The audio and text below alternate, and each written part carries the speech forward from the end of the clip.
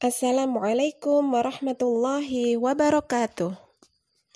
Hai anak-anak solih dan solihah, alhamdulillah hari ini kita belajar bersama kembali pelajaran IPS, Ilmu Pengetahuan Sosial. Yuk, sebelum kita mulai, kita persiapkan dulu buku tematik, tema 7. Hari ini kita akan belajar tema 7. Kemudian siapkan lembar kerja, ya, dan pastikan menyimak video yang akan Ustazah sampaikan dengan sebaik-baiknya. Sebelum kita mulai, kita baca basmalah dulu bersama-sama. Bismillahirrahmanirrahim.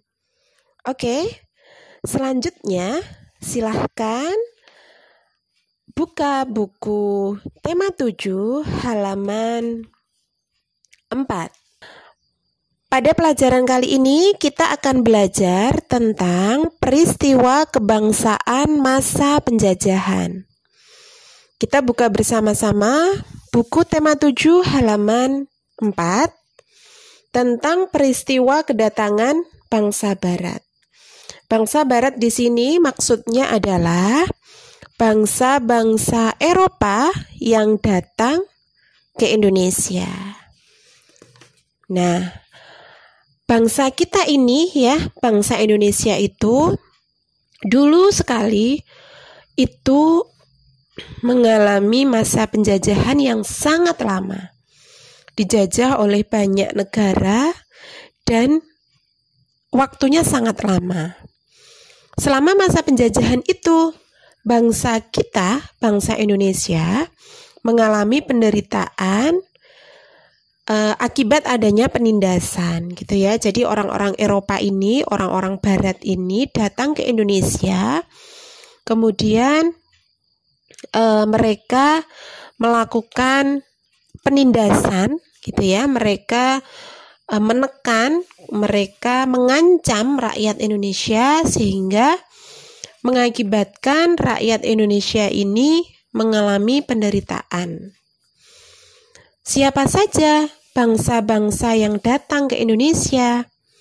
Ada yang pertama kali datang, gitu ya, itu adalah bangsa Portugis.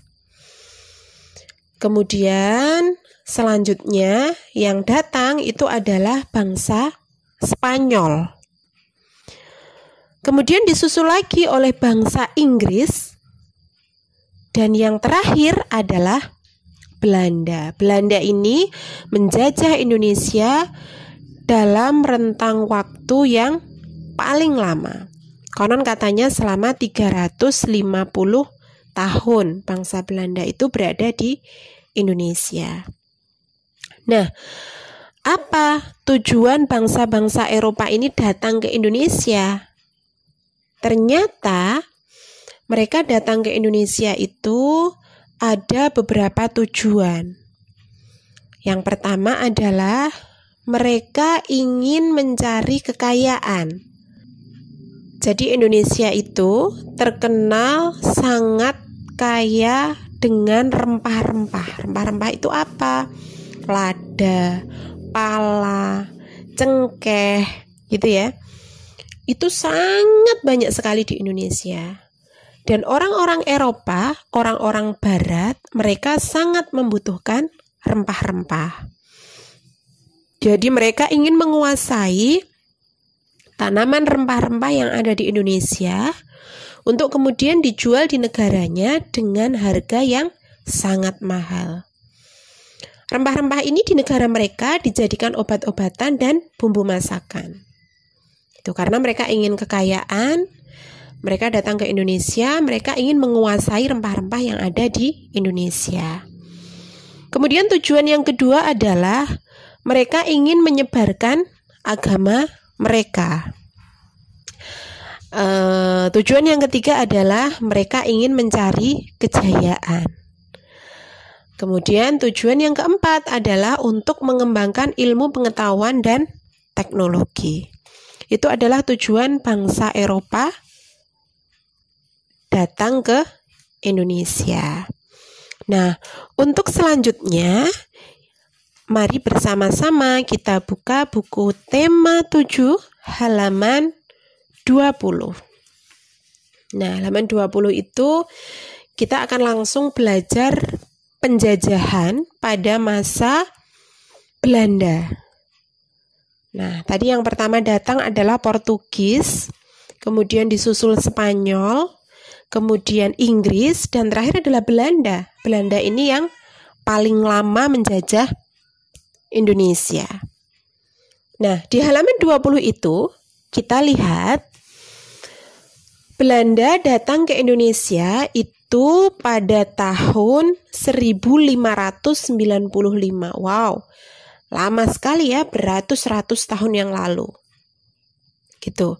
Nah, mereka datang ke Indonesia, kemudian mereka membentuk VOC sebutnya.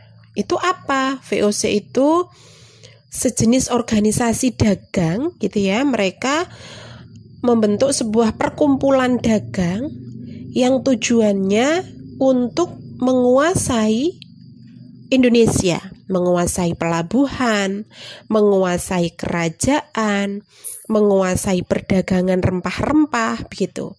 Jadi VOC ini tujuannya untuk menguasai Indonesia, terutama pelabuhan, kerajaan, dan perdagangan rempah-rempahnya. Kenapa pelabuhan? Karena pada zaman dahulu mereka transportasinya, mereka masuk ke Indonesia, mereka keluar dari Indonesia, mereka berdagang, itu semuanya itu melalui laut. Mereka memakai kapal, dan kapal ketika akan memasuki sebuah wilayah itu berlabuhnya adalah di pelabuhan. Maka dari itu mereka ingin menguasai pelabuhan-pelabuhan penting yang ada di Indonesia. Nah, ini tujuan VOC datang ke Indonesia. Nah, kemudian selain membentuk VOC, kita bisa lihat juga di halaman 30, pemerintah Belanda itu melaksanakan sistem tanam paksa. Apa itu sistem tanam paksa? Nah, dari namanya ya, tanam paksa. Jadi, masyarakat Indonesia itu dipaksa untuk menanam tanaman-tanaman dan nanti hasil panennya itu diambil oleh Belanda. Nah, jadi sistem tanam paksa ini pertama kali itu diadakan di Pulau Jawa. Kita ini ya ada di Pulau Jawa. Dari Jawa Barat, Jawa Tengah, Jawa Timur, itu semuanya mereka harus melaksanakan tanam paksa itu. Kemudian lanjut ke Sumatera, kemudian ke wilayah-wilayah lain gitu ya, Lampung, Palembang gitu ya, akhirnya menyebar di seluruh Indonesia. Apa saja tanaman yang mereka harus tanam? Ada yang kopi.